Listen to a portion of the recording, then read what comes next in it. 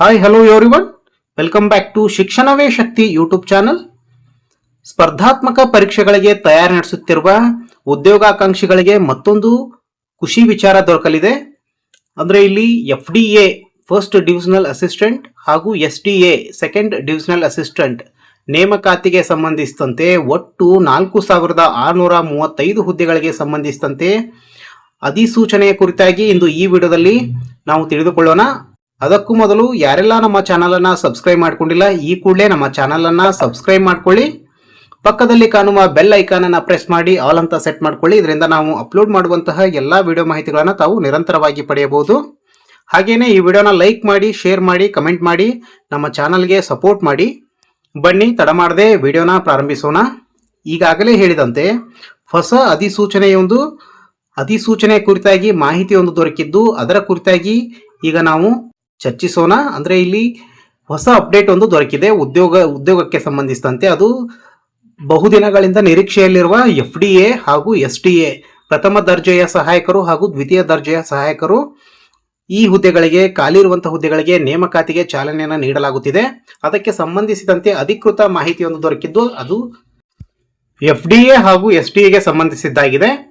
ವಿವಿಧ ಇಲಾಖೆಗಳಲ್ಲಿನ ಖಾಲಿ ಹುದ್ದೆಗಳ ಭರ್ತಿಗಾಗಿ KEA ಇಂದ ಅಧಿಸೂಚನೆ ಹೊರಡಿಸಲು ಕ್ರಮ ವಹಿಸಲಾಗುತ್ತಿರುವ ಪ್ರಸ್ತಾವನೆಗಳ ವಿವರ 2026. ಇದು ಅಧಿಕೃತ ಮಾಹಿತಿಯಾಗಿದ್ದು ಇಲ್ಲಿ ನಾವು ನೋಡಬಹುದು department name, various department is. ಇಲ್ಲಿ ಪೋಸ್ಟ್ ನೇಮ್ ಅನ್ನು ನೋಡಬಹುದು ನಾವು, assistant or first division assistant or equivalent post and junior assistant or second division assistant or equivalent post. ಇಲ್ಲಿ FDA ಹಾಗೂ SDA ಈ ಹುದ್ದೆಗಳು ಖಾಲಿ ಇದ್ದು ಈ ಹುದ್ದೆಗಳ ಖಾಲಿಯ ವಿವರವನ್ನು ಇಲ್ಲಿ ನೀಡಲಾಗಿದೆ. ಇಲ್ಲಿ ನಂಬರ್ ಆಫ್ ಪೋಸ್ಟ್ RPC ಹಾಗೂ ನಂಬರ್ ಆಫ್ ಪೋಸ್ಟ್ KK ಈ ರೀತಿ ಮಾಹಿತಿಯನ್ನು ನೀಡಿ ಹುದ್ದೆಗಳ ಸಂಖ್ಯೆಯನ್ನು ಕೂಡ ಇಲ್ಲಿ ನೀಡಲಾಗಿದೆ. ತಾವು ಗಮನಿಸಬಹುದು.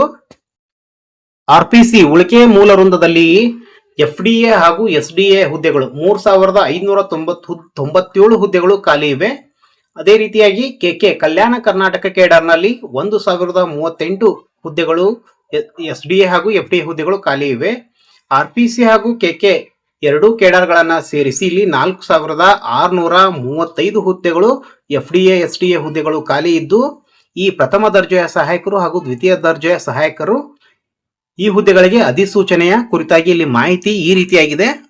ರಿಮಾರ್ಕ್ಸ್ ಕಾಲಮ್ ಅಲ್ಲಿ ತಾವು ನೋಡಬಹುದು, after the amendment to the Karnataka civil services direct recruitment general rules 2021 notifications for the posts will be issued.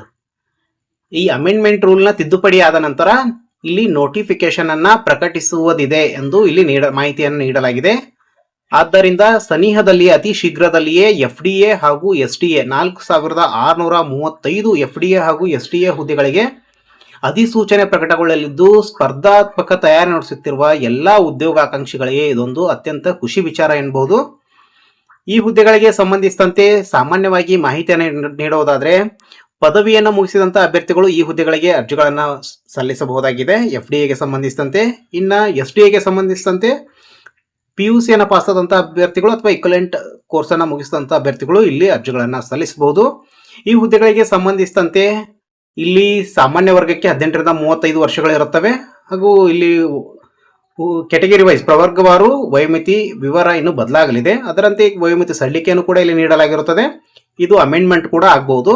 ಅದೇ ರೀತಿಯಾಗಿ ಇಲ್ಲಿ ಲಿಖಿತ ಪರೀಕ್ಷೆ OMR ಬೇಸ್ಡ್ ಪರೀಕ್ಷೆಗಳ ಮೂಲಕ ಅಭ್ಯರ್ಥಿಗಳನ್ನು ಆಯ್ಕೆ ಮಾಡಿಕೊಳ್ಳಲಾಗುತ್ತದೆ.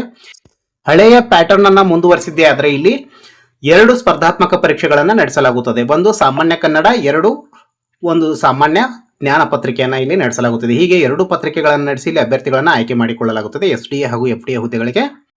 ಈ ಹಿಂದೆ KPSC ಇಂದ ನೋಟಿಫಿಕೇಶನ್ಗಳನ್ನು ಪ್ರಕಟಿಸುತ್ತಿದ್ದು ತಾವು ಅಲ್ಲಿ ಸಿಲೆಬಸ್ ಅವೈಲೇಬಲ್ ಇದ್ರೆ ಅದನ್ನು ಕೂಡ ಡೌನ್ಲೋಡ್ ಮಾಡಿಕೊಳ್ಳಬಹುದು. ಹಳೆಯ ಸಿಲೆಬಸ್ ಅನ್ನೇ ಮುಂದುವರಿಸಿದ್ರೆ ಇಲ್ಲಿ ಸಾಮಾನ್ಯ ಕನ್ನಡ ಪತ್ರಿಕೆಗೆ ಸಂಬಂಧಿಸಿದಂತೆ ಯಾವುದಾದ್ರೂ ಒಂದು ಕನ್ನಡ ಪುಸ್ತಕವನ್ನು ಓದುವುದು, ಅದರಲ್ಲೂ ಗ್ರಾಮರ್ಗೆ ಸಂಬಂಧಿಸಿದಂತೆ ಪುಸ್ತಕಗಳನ್ನು ಓದುವುದು ಉತ್ತಮ. ಅದರಂತೆ ಇಲ್ಲಿ ಸಾಮಾನ್ಯ ಜ್ಞಾನ ಪತ್ರಿಕೆಯಲ್ಲಿ ಮಾನವಿಕ ವಿಷಯಗಳಾದ ಹ್ಯುಮ್ಯಾನಿಟಿ ಸಬ್ಜೆಕ್ಟ್ಗಳಾದ ಭೂಗೋಳ, ಇತಿಹಾಸ, ಸಂವಿಧಾನ, ಸಮಾಜ ವಿಜ್ಞಾನ, ಕಂಪ್ಯೂಟರ್, ಹೀಗೆ ಈ ಎಲ್ಲ ವಿಷಯಗಳ ಬಗ್ಗೆ 5ರಿಂದ 12ನೇ ತರಗತಿವರೆಗಿನ ಪುಸ್ತಕಗಳನ್ನು ಓದಿದ್ರೆ ಉತ್ತಮ.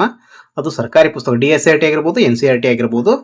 12ನೇ ತರಗತಿಯವರೆಗೂ ಆಗದೇ ಇದ್ದರೂ 5ರಿಂದ 10ನೇ ತರಗತಿವರೆಗೆ ಓದುವುದಂತೂ ಅತಿ ಅವಶ್ಯಕವಾಗಿರುತ್ತದೆ.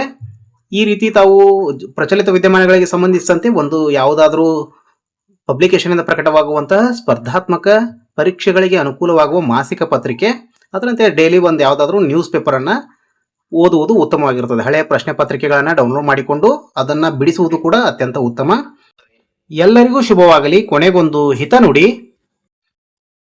ಗುರಿ ಉದ್ದೇಶಗಳು ಒಳ್ಳೆಯದಾಗಿದ್ದರೆ ಅದರಿಂದ ದೊರೆಯುವ ಫಲವೂ ಕೂಡ ಒಳ್ಳೆಯದೇ ಆಗಿರುತ್ತದೆ ಎಂದು ಕನ್ನಡದಲ್ಲಿ ಒಂದು ಪ್ರಸಿದ್ಧ ಮಾತಿದೆ.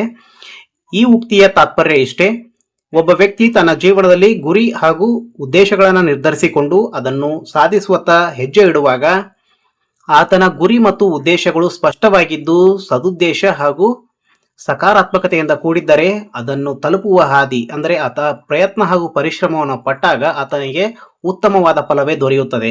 ಸಕಾರಾತ್ಮಕ ಮನೋಭಾವದಿಂದ ಪ್ರಾಮಾಣಿಕವಾಗಿ ಪ್ರಯತ್ನ ಪಟ್ಟಿದ್ದೇ ಆದರೆ, ಪರಿಶ್ರಮವನ್ನು ಹಾಕಿದ್ದೇ ಆದರೆ ಆತನಿಗೆ ಉತ್ತಮವಾದ ಫಲವೇ ದೊರೆಯುತ್ತದೆ. ಆತ ಯಶಸ್ಸನ್ನು ನಿಜವಾಗಿಯೂ ಪಡೆಯುತ್ತಾನೆ ಎಂಬುದು ಈ ಮಾತಿನ ತಾತ್ಪರ್ಯವಾಗಿದೆ. ಮತ್ತೊಮ್ಮೆ ವೀಕ್ಷಕರಲ್ಲಿ ವಿನಂತಿ, ಯಾರೆಲ್ಲ ನಮ್ಮ ಚಾನಲ್ನ ಸಬ್ಸ್ಕ್ರೈಬ್ ಮಾಡಿಕೊಂಡಿಲ್ಲ ಈ ಕೂಡಲೇ ನಮ್ಮ ಚಾನಲನ್ನು ಸಬ್ಸ್ಕ್ರೈಬ್ ಮಾಡ್ಕೊಳ್ಳಿ. ಹಾಗೆ ಈ ವಿಡಿಯೋ ಉಪಯೋಗ ಆಗಿದ್ರೆ ಲೈಕ್ ಮಾಡಿ, ಶೇರ್ ಮಾಡಿ, ಕಮೆಂಟ್ ಮಾಡಿ, ನಮ್ಮ ಚಾನಲ್ಗೆ ಸಪೋರ್ಟ್ ಮಾಡಿ. ಮುಂದಿನ ವಿಡಿಯೋದಲ್ಲಿ ಭೇಟಿಯಾಗೋಣ. ಅಲ್ಲಿಯವರೆಗೂ ಜೈ ಹಿಂದ್, ಜೈ ಕರ್ನಾಟಕ ಮಾತೆ.